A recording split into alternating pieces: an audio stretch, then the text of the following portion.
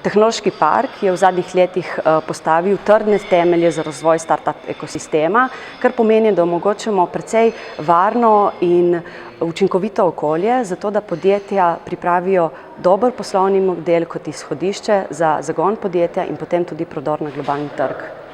Letošnje leto smo se v podjetju prijavili na tekmovanje Dark Awards. Dark Awards je tekmovanje, v katerem lahko glasujejo samo prijavljeni light designerji, torej stroka, katera uporablja produkte. Med 60 prijavljenimi je bilo naše podjetje izbrano naš produkt, katerega vidi se v ozadju med 10 najboljših produktov. Glede na to, da smo podjetje staro 3 leta in da smo tekmovali proti zelo velikim podjetjem, je to zelo dober uspeh za naše podjetje. Torej mi izdelujemo slušalke, narejene so iz lesa z eno posebno tehnologijo, ki omogoča, da se zvok lepo prenaša v samo šalčko in res kvalitetno reproducira.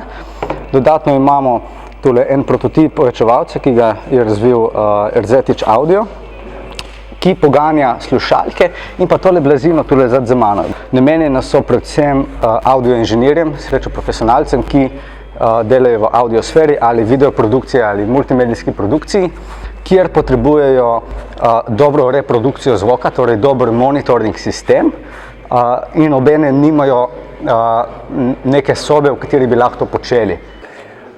Jaz proizvajam ojačevalnike za slušalke, ki so na malo višjem kakovostnem nivoju. Namenjeni so tako za uporabnike, za končne uporabnike, se pravi za ljubitelje dobrega zvoka, kot tudi za studijsko uporabo. Namenjeni so kot vmesna stopnja med izvorom zvoka in kot neka dodatna moč za večje slušalke, ki potrebujejo jasno večjo moč, da delajo v svojem najboljšem režimu. Naš proizvod je v bistvu prvi lebdeči gramofon na svetu.